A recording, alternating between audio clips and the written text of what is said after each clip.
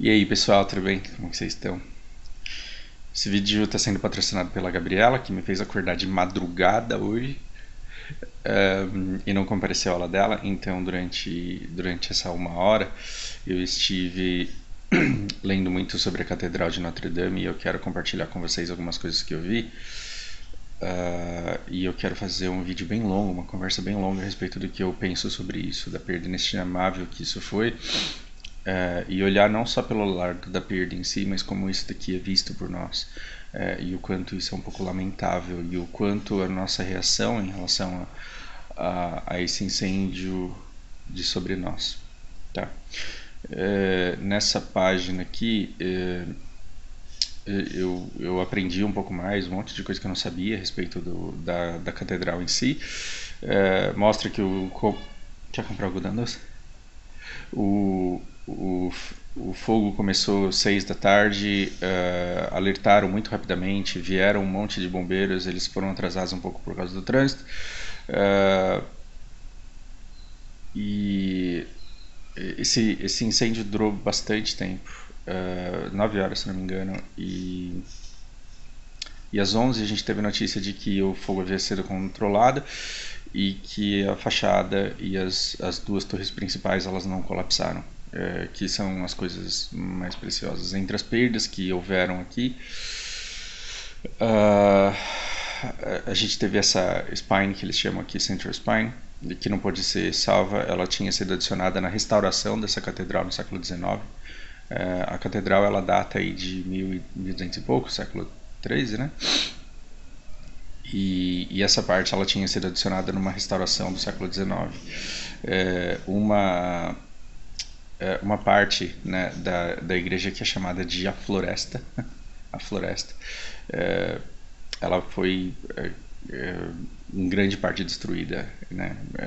Essa região da igreja ela era chamada a Floresta porque muito tronco teve que ser coletado para fazer tábua utilizável, para muito lenho padronizado ser utilizado nessa construção, o que é lamentável, porque é uma coisa que não sei se hoje em dia ela deve ser restaurada ao custo de mais desmatamento, e onde é que vão arrumar essas madeiras, e se madeiras de reflorestamento faria uma obra de arte tão espetacular quanto essa igreja aqui foi.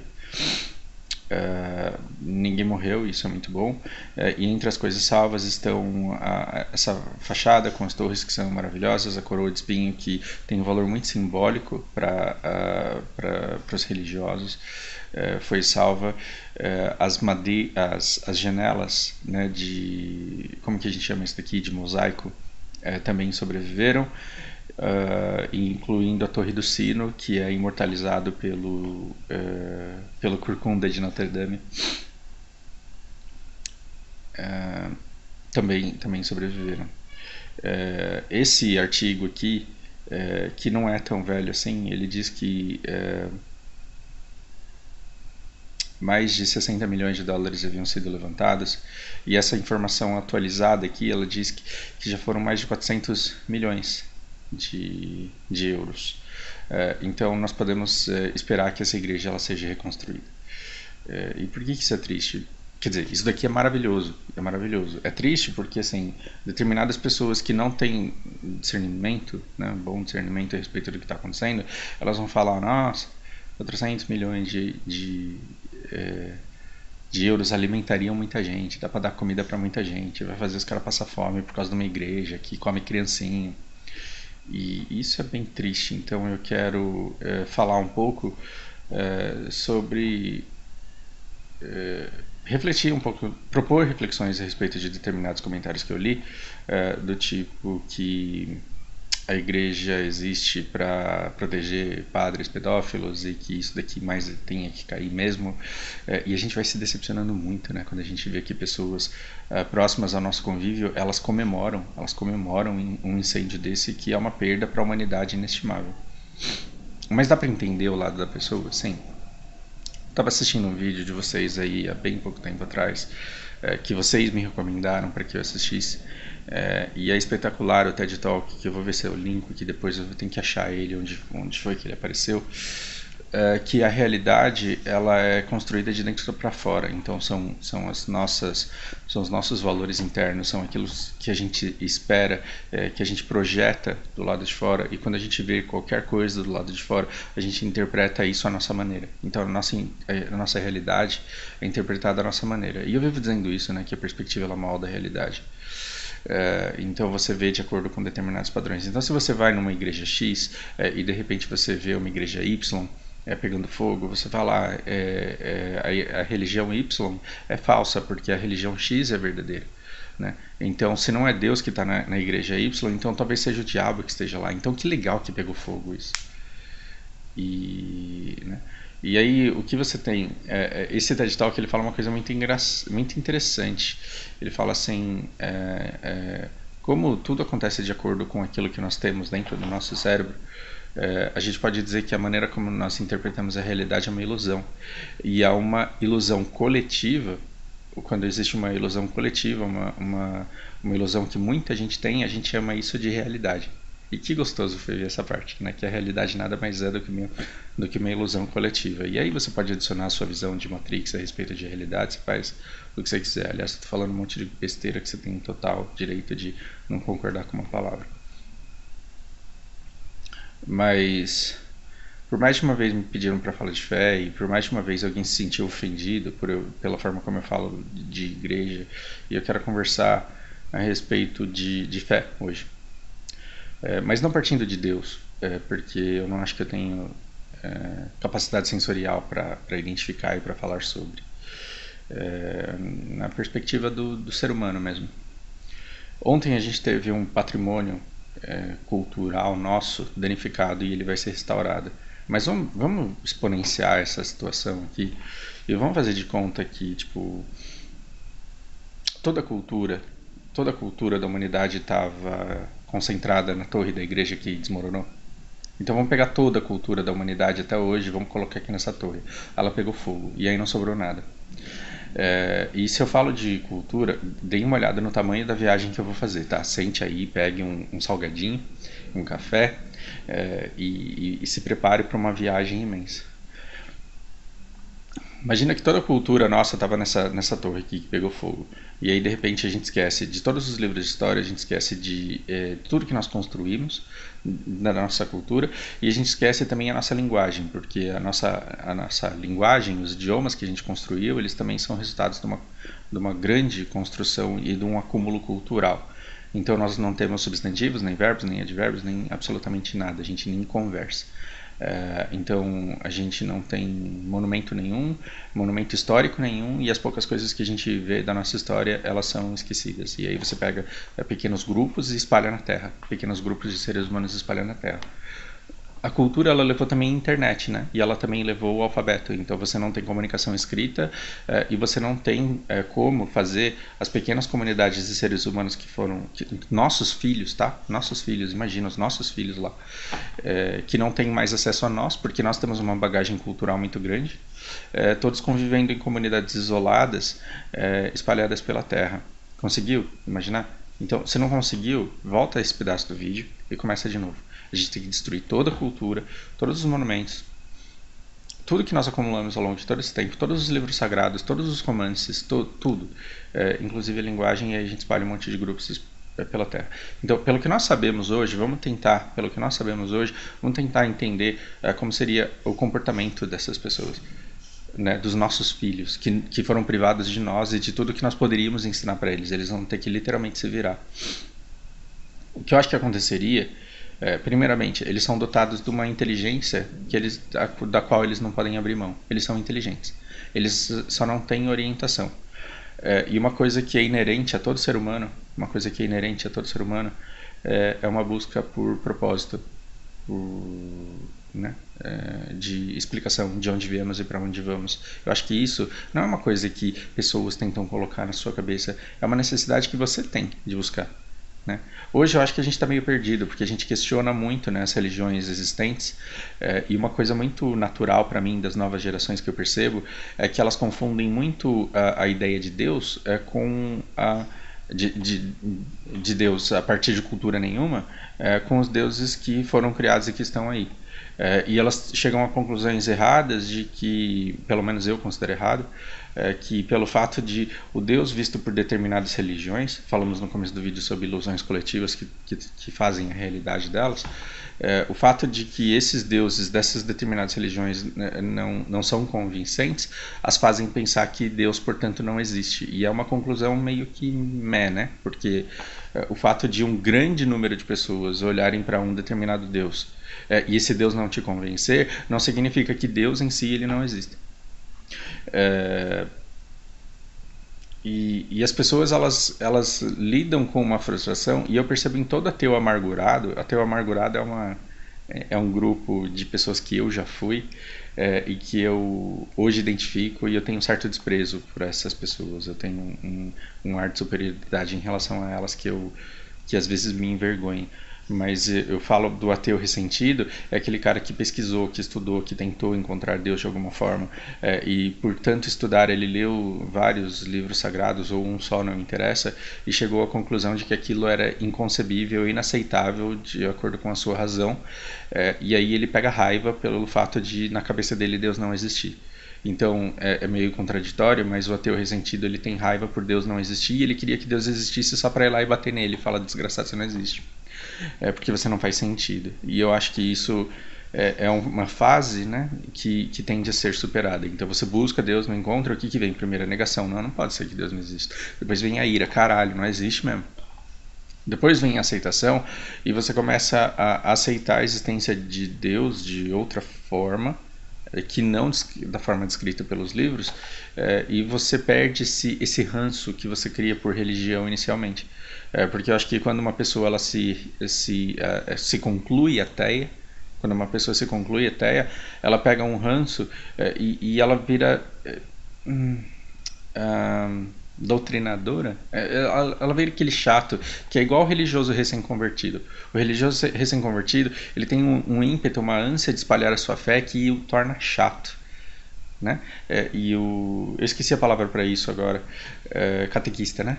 O cara ele é chato demais, e o recém-ateu ele também é chato, porque ele sente a necessidade, e eu já fui, né? Ele sente a necessidade de contestar a existência de Deus sempre que ele tem oportunidade, ele quer pregar a não existência, cara, mais chato que religioso, só um recém-ateu que tá nessa fase. E aí depois eu acho que esfria.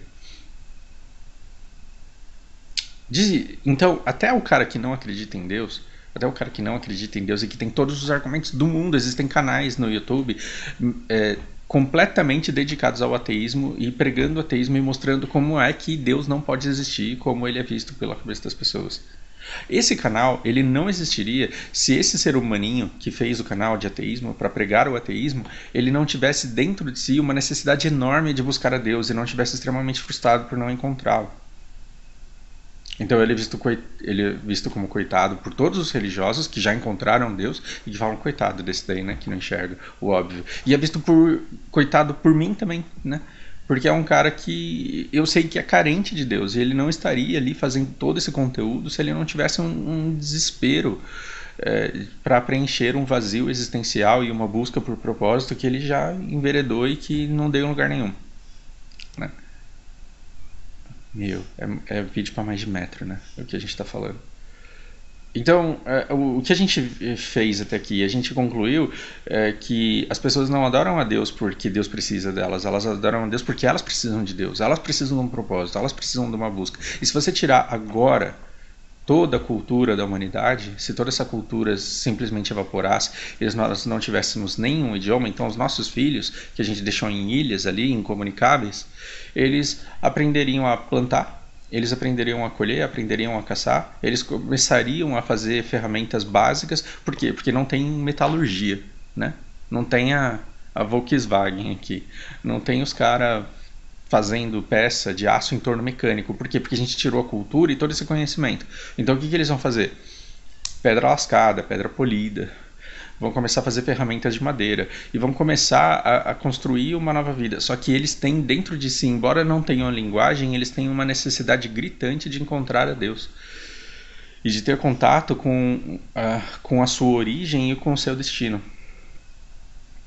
Como eles não têm linguagem, como eles não têm linguagem, e como eles não têm bagagem cultural, e como eles não têm os livros sagrados, o que eles vão fazer?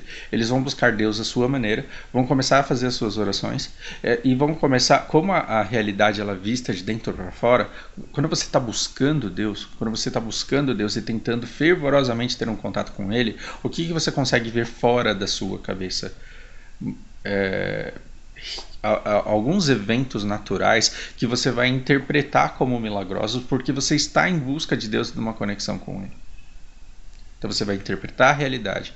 E no momento de muita busca a Deus, você talvez interprete determinado evento, qualquer que seja, como uma manifestação dele.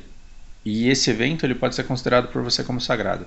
Então você pode ver, de repente, alguma coisa pegando fogo, ou uma luz que você não sabe o que é. Esses símbolos eles se tornarão manifestações divinas. E as pessoas elas tentarão começar a se comunicar em torno daquilo que elas consideraram. Então, passado muito tempo, os nossos filhos que ficaram na ilha vão ter netos, bisnetos. Essa luz ou esse fogo, ele vai ser passado por eles porque eles estão começando a desenvolver uma linguagem. E cada uma dessas comunidades vai ter uma manifestação religiosa. Porque eles vão estabelecer determinadas cerimônias, eles vão estabelecer determinados procedimentos religiosos e eles vão se unir em comunhão. Ou seja, vai ter um momento da semana deles em que eles vão falar: agora para tudo que vocês estão fazendo, para essa suruba aí, para essa bagunça aí, e vamos nos conectar com o divino. E aí eles vão se reunir em qualquer lugar, não importa que lugar seja, e eles vão tentar uma conexão com o lado do bem, né? Porque a gente tem essa dicotomia, essa dualidade, todos nós carregamos dentro de nós o bem e o mal. Eles vão tentar se desligar do mal e se conectar com o bem de alguma forma, e vão se apegar a qualquer coisa que eles vão estabelecer ali como símbolo do divino. Foi isso que aconteceu em todas as comunidades antigas, cada um buscando Deus à sua maneira. E os símbolos que eles viram, aquela coisa que pegou fogo, ou aquela luz que ele não sabia explicar, ou aquele animal que apareceu de repente que ele não entendia o que era, tudo aquilo que é visto como divino representa uma busca daqueles seres humanos que estavam ali, naquele local, por um Deus que, caso exista da maneira como nós o vemos hoje, se permitiria alcançar por esse grupo de pessoas. Já parou para pensar nisso?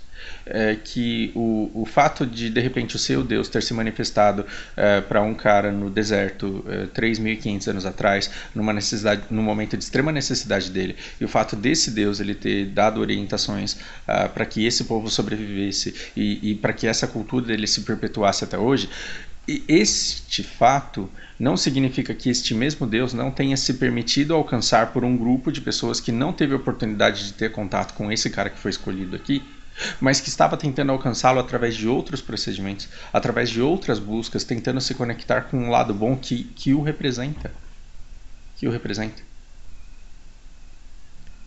Por que é que eu estou fazendo vocês terem toda essa viagem? Porque eu quero que você entenda que o fato do seu Deus ser verdadeiro não invalida a necessidade de outras comunidades que não tiveram a oportunidade de entrar em contato com aquilo que você teve. Não invalida a iniciativa que essas pessoas tiveram de encontrar o mesmo Deus que você busca e que você encontrou. Não importa qual seja o seu Deus. Então não importa que caminho você tenha. E aí vai aparecer, né, catequistas aqui embaixo dizendo assim: toda religião é igual, então se um médico mandar você comer bastante e o outro falar que você não pode comer muito, você vai obedecer os dois porque você acha que toda religião é igual. Aí é você tentando forçar o argumento, né, pra ser chato mesmo. O que eu tô querendo dizer é que, assim, se pessoas de comunidades que não têm bagagem cultural comum começarem, cada qual à sua maneira, busca Deus à sua maneira, cada uma delas vai estabelecer símbolos, palavras sagradas, rituais sagrados, cerimônias sagradas, à sua maneira, tentando todas chegarem ao mesmo lugar.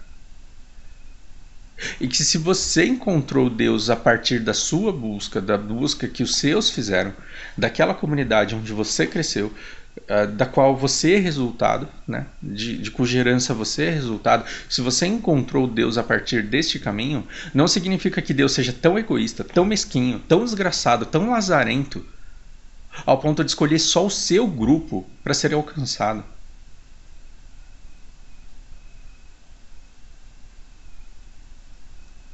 Pausa para reflexão.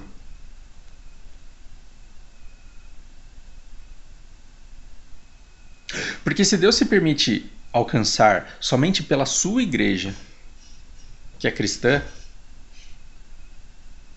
ele teria que ser muito desgraçado de mesquinho com o meu avô para falar que ele vai salvar só esse grupo aqui que segue ele a partir desses procedimentos.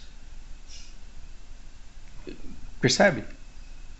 Que o meu avô, meu bisavô, meu tataravô, então se você subir 20 gerações, vai estar uns caras lá na beira da praia comendo peixe cru com um pauzinho por falta de talher.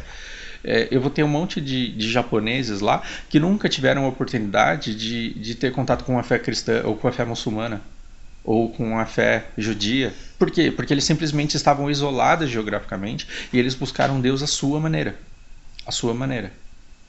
Então, uma coisa é nós, na busca por Deus, encontrarmos Deus e nos sentirmos acolhidos, nos sentirmos abraçados através de um caminho. Uma coisa é nós nos sentirmos bem-sucedidos em nossa busca aqui por Deus. Outra coisa é a gente olhar para uma outra religião e falar que bando de retardado, eles vão se fuder no inferno porque eles estão na religião errada.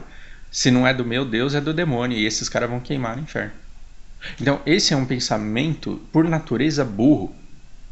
Por natureza burro, porque ele parte do princípio de que um grupo de pessoas que está genuinamente tentando se conectar com o lado divino, né, e com o lado bom de cada um de si, na verdade está deliberadamente tentando idolatrar o demônio e que luta contra Deus. E que luta contra Deus. Né? Então essa busca por Deus é genuína. O que não é genuíno? Existem grupos religiosos que em sua busca de Deus fazem bem imensurável às comunidades. Ajudam drogados, ajudam carentes, ajudam órfãos, ajudam viúvas, fazem um trabalho maravilhoso. E quando você olha essas comunidades, dá orgulho de ver. E aí você fala, cara, que bom que essa religião existe. Que bom que essa igreja existe e que bom que essa comunidade religiosa existe. Só que a existência dessas comunidades religiosas também abre espaço para quê? Para manipulação. E aí o que a gente vê? A gente vê uma manipulação política da fé, que é a bancada evangélica, que é esses bispos multimilionários. O que eles estão fazendo? Eles estão fazendo controle político das massas crédulas. E isso é lamentável. Isso é lamentável, mas isso aí é tema para um outro vídeo. Agora, imagina esses filhos que você jogou lá, né? Depois de ter destruído toda a nossa cultura. Esses caras, eles não têm acesso a livros de história. Esses caras não têm acesso a nada daquilo que nós construímos. Então eles não podem simplesmente pesquisar o passado e aprender com ele. Eles não podem pesquisar o passado e aprender com ele. E aí, muito provavelmente, eles cometerão muitos erros que nós, humanidade, já cometemos. E eles vão repetir sem ter conhecimento prévio daquilo. Isso é muito lamentável. Porque hoje a gente olha pro Coliseu, e é senso comum de falar, puta que pariu, como a humanidade era imbecil. Chegava domingo, os caras iam ver um cara que roubou uma galinha lá lutando com um leão. Hoje você olha pro Coliseu e fala, puta, como os caras eram animal, porque eles pegavam escravos de guerra e jogavam lá para lutar um contra o outro para se divertir. Como que pode um negócio desse? Sim, então nós precisamos passar por isso para olhar para aquilo e falar, não é legal isso. Então que bom que hoje a gente se comporta de uma maneira diferente. Por quê? Porque nós evoluímos. Se nós não tivéssemos o Coliseu e todas as histórias ligadas a ela e o sofrimento de todas as pessoas que foram colocadas naquela situação, talvez a gente não tivesse a maturidade, não tivesse evoluído ao ponto de falar, não, esse negócio aqui ele deve ser evitado. Ou seja, nós somos um acúmulo de inúmeras experiências e de inúmeras cagadas. Então, quando você olha para o Coliseu, você aprende com ele. Né? Então, quando você olha para o Arco do Triunfo, você aprende, né, a respeito do que o ego de uma pessoa é capaz de fazer com ela e de como sociedades inteiras podem ser moldadas e como o destino de nações inteiras, de povos inteiros, eles podem ser transformados pelo simples ego de um monarca, de um ditador. E aí a gente olha para isso e fala, não é isso que a gente quer. É por isso que a gente tem que lutar por essa democracia, que é uma merda, mas é melhor do que ter outro Napoleão. É melhor do que ter outro... Entende onde eu quero chegar? Quando você olha para o Arco do Triunfo, você não tem que dizer a gente tem que tacar fogo nessa merda porque um monte de gauleses morreram aqui, um monte de... Não, não é isso. É a mesma coisa de você querer tacar fogo no Coliseu porque pessoas morreram lá para que outras pudessem se divertir. Quando você taca fogo no Coliseu, você não vinga essas pessoas, você destrói o conhecimento que aquilo representa. Então, quando você fica feliz porque uma catedral dessa aqui pega fogo, porque você é de outra religião, você está sendo muito burro. Desculpe, eu queria uma outra conclusão mais bonita, mas a verdade é que você está sendo muito burro. De falar, nossa, que da hora que esse negócio tá pegando fogo. É igual os retardados lá querendo derrubar monumento de escravatura. Isso é para que você olhe e se envergonhe do seu passado escravocrata. Quando você destrói o monumento, você destrói o motivo de vergonha que você tem. E aí vai ter alguém que vai falar assim, ah, então você está chamando a igreja de monumento da vergonha. Não é isso. Cara, essa igreja, ela foi construída em 1200, mas para que ela fosse construída com esse porte, ela começou muito antes. Né? No século XIII, essa igreja ela começou a ser construída, mas para que ela começasse a ser construída deste tamanho, é porque a fé já estava grandiosa a esse ponto, ao ponto de um monumento tão foda como esse começar a ser construído. Então, quando você começa a remontar o passado da Catedral de Notre Dame, você chega no ano 450 mais ou menos, quando a primeira capela foi construída. E assim, a Catedral de Notre Dame construída em 1200, ela já é o clímax de toda uma fé construída por quase 1000 anos. Foram 800 anos de pessoas se reunindo num determinado local, em capelas menores, que precisaram virar igrejas maiores, até que em 1200 e pouco tinha tanta gente se concentrando naquela igrejinha ali, nos arredores dali, que o cara falou, cara, essa igreja não dá mais. Essa igreja não dá mais, a gente vai precisar de uma catedral e ela vai precisar ser gigante. Então, quando a catedral de Notre Dame ela pega fogo, a gente está tacando fogo numa herança cultural de quase 2000 anos que diz muito sobre o nosso passado e que diz muito a respeito da nossa busca por Deus e do quanto isso é importante para nós e do quanto sociedades que não tinham tanto conhecimento como nós temos hoje moldaram as suas vidas, tiveram os seus hábitos. É fascinante você poder visitar uma cidade, visitar um lugar e entrar em um recinto que carrega toda essa história. É fantástico você entrar numa igreja e poder olhar obras de artes que ninguém, hoje em dia, com a tecnologia que temos hoje, conseguiria. Talvez muita gente com toda essa tecnologia, sim. Mas você pega o cara ali da oficina, que faz os vridos, tudo, e fala pro cara construir um negócio desse aqui para ver se ele consegue. Agora imagina você fazer isso daqui sem a tecnologia que nós temos hoje. Você ficar feliz porque um negócio desse pegou fogo e jogar fora toda a possibilidade que você tem de ter contato e olhar para trás e ver que 200 anos atrás as pessoas não tinham tecnologia, mas tinham paixão, tinham dedicação, tinham inteligência, tinham capacidade e conseguiam construir e fazer verdadeiras obras de arte e deixarem aí. E perceber que essa igreja mostra o quão fervorosa era a busca deles por Deus, não importa o quão politicamente essa fé e essa busca fosse manipulada, é você querer tacar fogo em todo o conhecimento acumulado que nós tivemos ao longo de todo esse tempo. E isso é muito triste, porque se você renega o passado, se você não tem disposição de se conectar com o passado, você joga fora todo o aprendizado que a gente teve durante todo esse tempo. E aí você está condenado a repetir todos os erros que a humanidade já cometeu e poderiam ser evitados se você parasse um pouco para absorver esse conhecimento que está aí à sua disposição e você não está afim de entrar em contato com ele.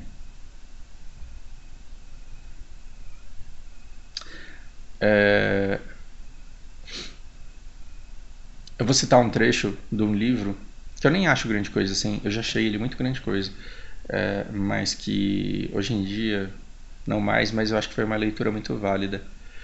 O livro é Anjos e Demônios, e eu lembro. Foi Anjos e Demônios? Não sei se foi mais. Foi ele mesmo. Ah, e a menina pergunta pra ele: Você acredita em Deus? A menina pergunta pro professor: Você acredita em Deus?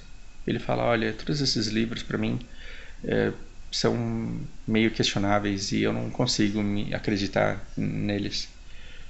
E aí a menina responde: Não foi isso que eu perguntei, doutor. Eu perguntei se você acredita em Deus e não naquilo que falam sobre ele.